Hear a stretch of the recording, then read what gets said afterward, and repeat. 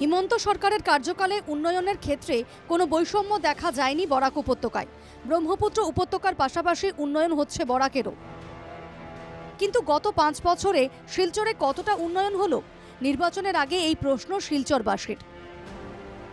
কারণ লক্ষ্মীপুর, পাথারকান্দি, রামকৃষ্ণনগরের মতো আসনে যদি অভূতপূর্ব উন্নয়ন হয়, শিলচরে কেন হবে না? শিলচরেও তো রয়েছেন বিজেপিরই বিধায়ক। অভিযোগ, শিলচরের রাস্তাঘাট, জল নিকাশি ব্যবস্থা বেহাল হয়ে আছে। বর্ষাকালে কৃত্রিম বন্যা ভয়াবহ রূপ ধারণ করে শিলচরে।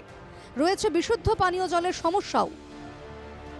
কিন্তু নাগরিক সমস্যা নিয়ে মাথা ঘামানোর মতো সময় নেই বিধায়ক দীপায়ন চক্রবর্তীর। ফলে দীপায়ন চক্রবর্তীকে অনেকে ফেসবুক বিধায়ক বলছেন, কারণ একমাত্র তিনি ফেসবুকেই সক্রিয়। তাই শিলচর বিজেপিতেই দীপায়ন চক্রবর্তীকে নিয়ে দেখা দিয়েছে চরম অসন্তোষ। দলের অভ্যন্তরেই দাবি উঠেছে নতুন মুখের।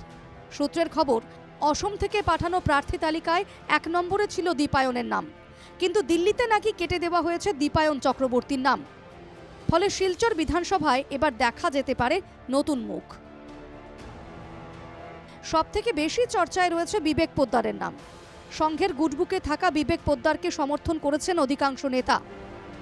শিলচরের বিভিন্ন সামাজিক কাজকর্মে জড়িত বিবেক পোদ্দার একজন বিতর্কহীন, স্বচ্ছ ভাবমূর্তির ব্যক্তিত্ব। রাজনীতির পাশাপাশি শিলচরের সমাজসেবায় যথেষ্ট অবদান রয়েছে তাঁর।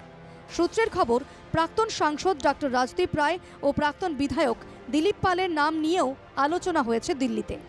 কিন্তু দুজনের অতীত রেকর্ড ভালো না থাকায় তাঁরাও ছিটকে যান টিকিটের দৌড় থেকে।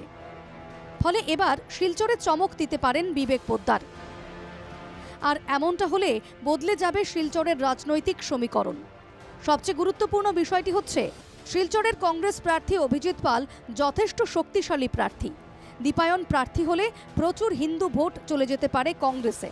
তাই দীপায়নকে নিয়ে ঝুঁকি নিতে চাইছে না বিজেপি হাইকমান্ড। গত 5 বছরে দলীয় ব্যর্থতাকে পূরণ করতে শিলচরে বিবেক পোদ্দারের নামে পড়তে পারে চূড়ান্ত সিলমোহর।